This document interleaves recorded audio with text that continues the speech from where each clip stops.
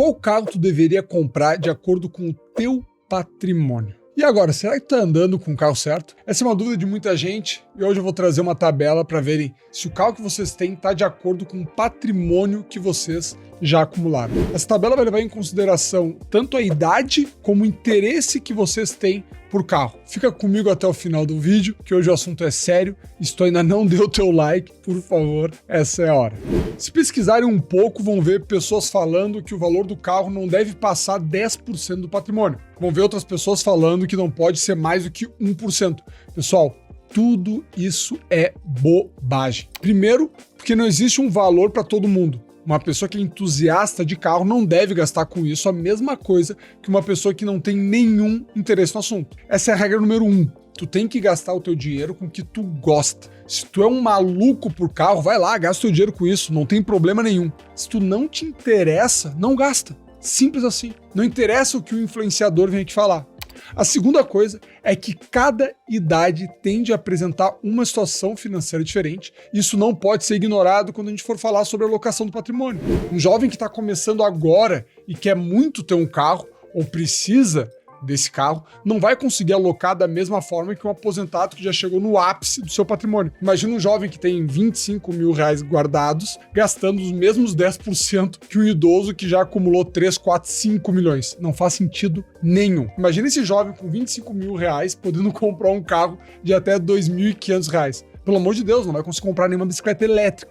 Então, por favor, vamos ter um pouquinho mais de bom senso. Essa tabela não é uma tabela conservadora, tá? A ideia dela é ligar um alerta para quem não estiver enquadrado. Eu cheguei nessa tabela com bastante observação, discussão e conversa com vários alunos e clientes. Eu analisei tanto a evolução do patrimônio dessas pessoas como a evolução dos seus carros, para ver quais foram os casos em que os carros prejudicaram o acúmulo de patrimônio e quais foram os casos em que os carros não prejudicaram o acúmulo de patrimônio, para entender qual seria o limite com o carro para cada uma das idades. Sem mais delongas, vamos de uma vez para a tabela, mas um aviso importante. Algumas profissões possuem uma dinâmica um pouco diferente, em que os ganhos futuros já estão garantidos, vamos dizer. Isso faz com que a situação financeira atual desse profissional aceite um pouquinho mais de desaforo. Um exemplo são os médicos. Eles costumam antecipar algumas realizações para compensar aquele momento de formação que a situação financeira era bem restrita. Outro caso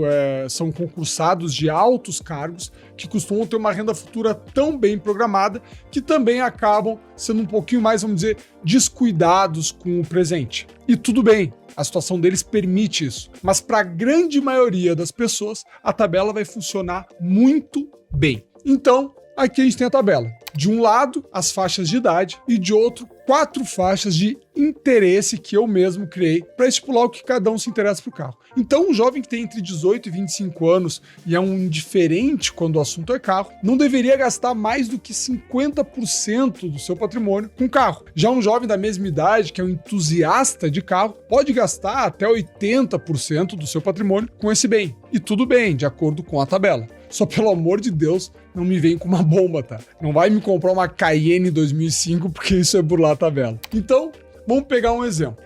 Imagina um jovem de 22 anos com um patrimônio de 24 mil reais. Se ele é indiferente com relação a carro, um Ford Fiesta 2004 se encaixaria bem na situação dele. Já se ele é um entusiasta, adora carros, um Ford Focus 2008 já pode se enquadrar. Vocês podem achar uma alocação muito alta para o patrimônio do jovem, mas a gente precisa lembrar que esse início de vida profissional tende a ser um momento de crescimento de renda. A gente não pode esperar que esse jovem de 22 anos esteja com o mesmo salário quando estiver com 35 anos, 40 anos, por exemplo. E nem esperar que o patrimônio acumulado sejam os mesmos 24 mil. Se isso estiver acontecendo, tem algo de muito errado aqui. E não vai ser economizando dinheiro que as coisas vão se resolver. Agora, vamos para o outro lado da nossa tabela. Se de um lado a gente tem um jovem de 22 anos que pode gastar 80% do seu patrimônio com carro, um senhor ou uma senhora de 65 anos não pode fazer o mesmo, ou pelo menos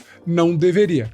Isso porque a gente não tem expectativa de maiores recebimentos no futuro. Provavelmente já chegamos no que seria o ápice profissional e do patrimônio dessas pessoas. Aqui é importante salientar que o patrimônio engloba tanto os valores líquidos quanto os valores e líquidos. E também pensões que a pessoa possa receber. Então, um senhor, uma senhora que tem uma pensão que lhe rende 10 mil reais por mês, por exemplo, precisa colocar esse valor na conta. Para facilitar a conta nesse momento, faz o seguinte: para cada R$ 1.000 de pensão mensal, inclui algo na faixa de 100 mil reais de patrimônio. Então pensa comigo, imagina que o seu Manuel tem 65 anos, uma casa que vale 500 mil reais, mais 200 mil reais guardados em aplicações financeiras, uma pensão de 5 mil reais, que vai lhe dar, de acordo com a nossa conta, um adicional do seu patrimônio de mais ou menos 500 mil reais. Pensando desse jeito, o seu Manuel teria um patrimônio de aproximadamente 1.200.000 reais. Sendo assim, se ele é indiferente com relação a carro, um Fiesta automático já dos modelos novos, 2019, estaria adequado. Agora, se ele é um entusiasta, não seria problema nenhum ele chegar perto de 8% do seu patrimônio com a compra de uma Chevrolet Tracker, ano 2022. Pessoal, eu trouxe aqui a ideia de alguns carros com a intenção de ilustrar e tornar mais interativo o nosso vídeo. O mais importante aqui é perceber que em alguns momentos da vida a gente não tem como fugir de concentração de patrimônio. Porém, nunca se deve extrapolar o orçamento ou o patrimônio com ativos que depreciam e que principalmente geram despesas. Note que na tabela em nenhum momento o valor do carro chega em 90%, 100% do patrimônio. Isso é importante para que sempre haja alguma liquidez, algum dinheiro que a gente consiga usar em caso de alguma necessidade que o próprio carro pode nos gerar. Para encerrar, aqueles que ainda não curtiram o vídeo, por favor, esse é o momento para isso, e se inscrevam no canal, porque assim eu sei que vocês querem ver mais conteúdo como esse. Obrigado por terem ficado comigo até aqui, vejo vocês num próximo vídeo. Até mais, tchau, tchau.